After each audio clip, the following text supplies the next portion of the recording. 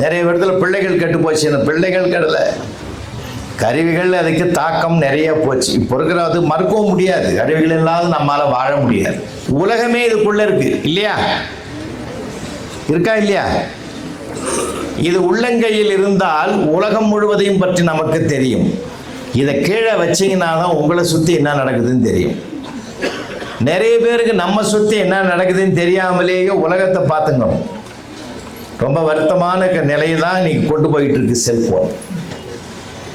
சமீபத்தில் விநாயகர் சதுர்த்தி அன்னைக்கு மயிலாப்பூர் லெஸ் கார்னரில் இருக்கிற விநாயகர் கோயிலில் சாமி கும்பிடலான்னு போனேன். ஒரு பையன் என் காதில் விடுற மாதிரி சத்தமாக சொன்னான், பிள்ளையாரப்பா உக்ரைனுக்கு ரஷ்யாவுக்கு நடந்துக்கிற சண்டையை நிறுத்திடு, ரொம்ப கஷ்டமாக இருக்குது, நிறுத்திருந்தான்.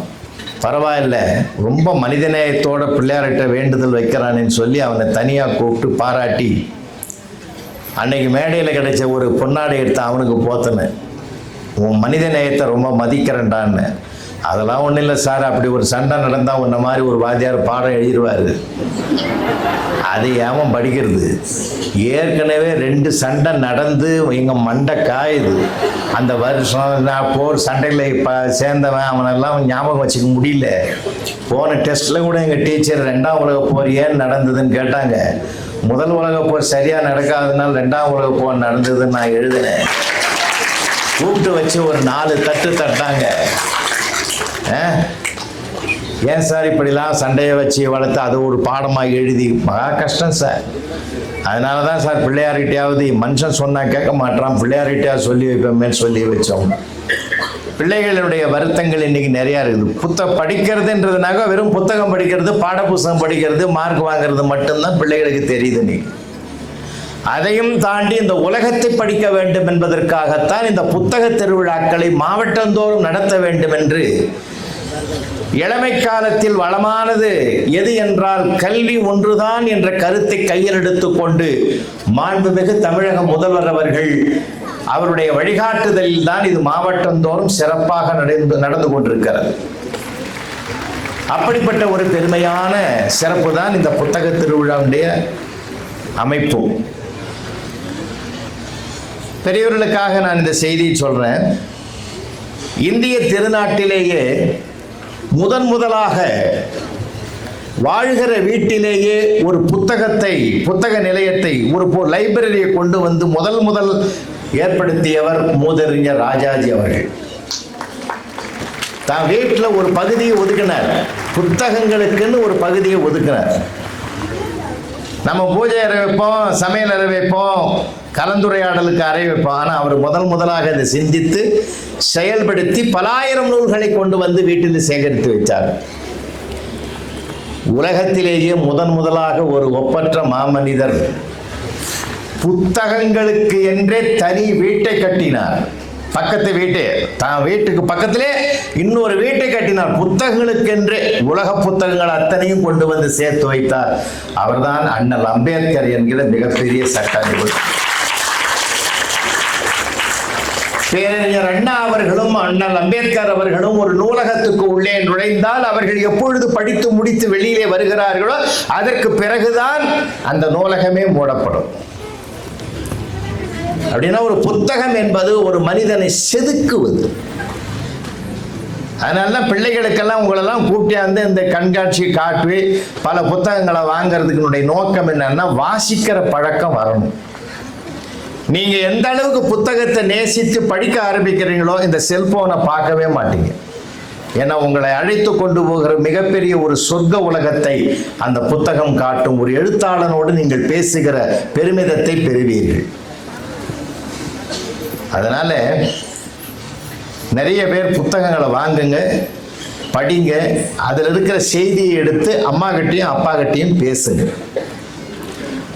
ஏன்னா இன்னைக்கு இருக்கிறது உங்களுக்காக ஒரு செய்தி 2-3 செய்தி சொல்லிட்டு அப்புறம் பொதுவாக வரேன்.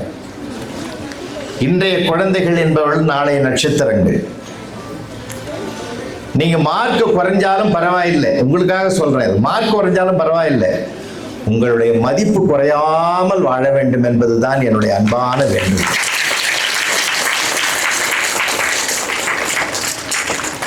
ஏன்னா அந்த மதிப்பு தான் மிக மிக முக்கியமானது. அந்த மதிப்பு இயல்பாக அமைந்து விட்டால் நிறைய மார்க் நீங்களே வாங்கிடுவீங்க. உங்களுக்கு உலகத்திலே முதலாக ரோல் மாடல் யார் என்பதையே தேர்ந்தெடுக்க முடியாத அளவுக்கு இன்றைய இளைஞன் திறனை கொண்டிருக்கிறான்.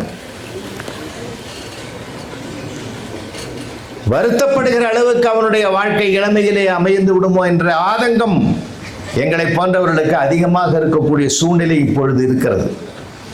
உங்களுக்கு ரோல் மாடல் யார்? முதல் யார்? நம்பர் 1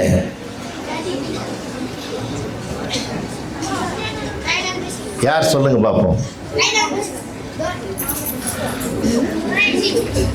முதல் ரோல் மாடல் நம்மை பெற்ற அம்மா தான் முதல் ரோல் மாடல். அடுத்தது அப்பா, அடுத்ததுதான் ஆசிரியர், அடுத்தது தெய்வீக குணம் படைத்த சான்றோர்கள். அதனால்தான் மாதா பிதா குரு தெய்வம்னு சொன்னாங்க. ஏன்னா மாதா உண்மையில ஒரு பிள்ளை எப்படி பார்க்கணும், அதுவும் நீங்க பெண் பிள்ளைகள் நிறைய இருக்கீங்க, ஆண் பிள்ளைகளும் இருக்கீங்க.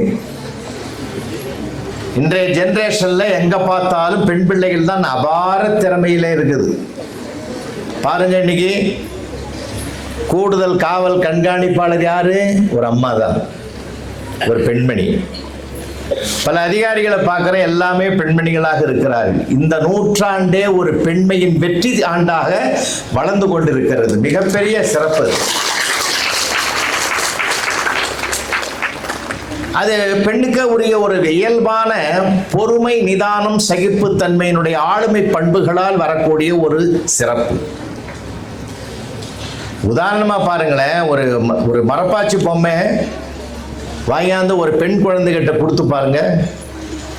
டெய்லர் வெட்டி போட்ட துணியை எடுத்து அதுக்கு ஒரு மாராப்பு போட்டு அதுக்கு ஒரு பேர் வச்சு குடும்பத்தில் மெம்பராக்கி பத்திரமா வச்சிருந்து பல வருடங்கள் அதனோடு விளையாடும். நம்ம பையனுக்கு ஒரு கார் வாங்கி கொடுங்க, அரை மணி நேரத்தில் அக்கு வேற ஆணி வேற பிரிச்சு. ஏன்டா இப்படி பிரிச்சேன்னா 1 மணி நேரத்தில் சேர்த்துருவான். எனக்கு தெரிஞ்ச ஒரு நண்பர் விழுப்புரத்துல இருந்து அந்த ஹைவேஸ்ல வரும்போது ஒன்லி காஃபி கடையில் போயிட்டு ஒரு பொம்மை வாங்கிட்டு வந்தார், மண் பொம்மை. அழகழகா இருக்கேன்னு மண் பொம்மை வாங்கிட்டு வந்து காலையில் கொடுத்துட்டு ஆஃபீஸுக்கு போயிட்டாரு. சாயந்தரம் வந்து பார்க்குற சுக்கு நூறாக உடச்சி வச்சுக்கிறான். மறுநாள் பிளாஸ்டிக் பொம்மை வாங்கி வந்தார், அதையும் பார்ட்டாக பிரித்து கொளுத்தி வச்சுக்கிறான். இவனை என்ன செய்யறதுன்னு தெரியாமல் அவர் என்ன பண்ணார், 3ஆவது நாள் ஒரு இரும்பு பொம்மையை வாங்கியாந்து கொடுத்தாரு. என்னதான் பண்ணுறான் பார்க்கலான்னு. சாயந்தரம் வந்து பார்க்குறாரு, டிவி ஒழிஞ்சிருக்குது, ஃப்ரிட்ஜு ஒழிஞ்சிருக்குது. அந்த இரும்பு பொம்மையை வச்சு எல்லாத்தையும் உடச்சிக்கிறான். அவனை என்னதான் பண்ணுறது? ஏன்னா நம்ம பிள்ளைகளுக்கு எப்படியுமே இந்த வன்மையான செயல்கள் அங்கே இருக்கும், இது மென்மையான செயல்கள் இங்கே இருக்கும். அதனால்தான் பாரதி கூட பார்த்தீங்கன்னா பாரதியார் பாடின பாட்டெல்லாம் பெரும்பாலும் பெண்ணிடத்தில் சொல்வதாகத்தான் அமையும். பெண்கிட்ட தான் சொல்லுவான், ஒரு பெண்கிட்ட தான் போய் சொல்லுவான். பெரிய செய்தியை கொண்டு வந்து சின்ன பிள்ளைகிட்ட சொல்லுவான். ஜாதிகள் இல்லையடி பாப்பா, குழந்தைகிட்ட போய் சொல்ற செய்தியாது. ஜாதிகள் இல்லையடி பாப்பா. ஏன் பெண் குழந்தைகிட்ட சொன்னான் தெரியுமா? பையன்கிட்ட சொன்னாலும் ஒரு காலகட்டத்தில் பெருமாள்னு ஒரு வைத்தியநாதன் ஒருத்தர் இருந்தார்னா 40 வயசுக்கு மேலே வைத்தியநாத ஐயர், வைத்தியநாத படையாட்சி, வைத்தியநாத கவுண்டர், வைத்தியநாத செட்டியார் அப்படின்ற பட்ட பெயர் வந்துடும். ஆனால் கமலான்னு ஒரு பெண் குழந்தை பருவத்திலும் கமலா தான், 90 வயதிலும் கமலா அம்மாள் தான். பெயரளவில் கூட பெயரில் சாதியை சேர்க்காத ஒரு ஜாதி பெண் ஜாதி என்பதனால் தான் பெண் குழந்தை இடத்தில் சாதிகள் இல்லையடி பாப்பா, நீ தான் அதை உருவாக்கணும் ஒரு சமுதாயத்துக்கு பாரதி சொன்னோம்.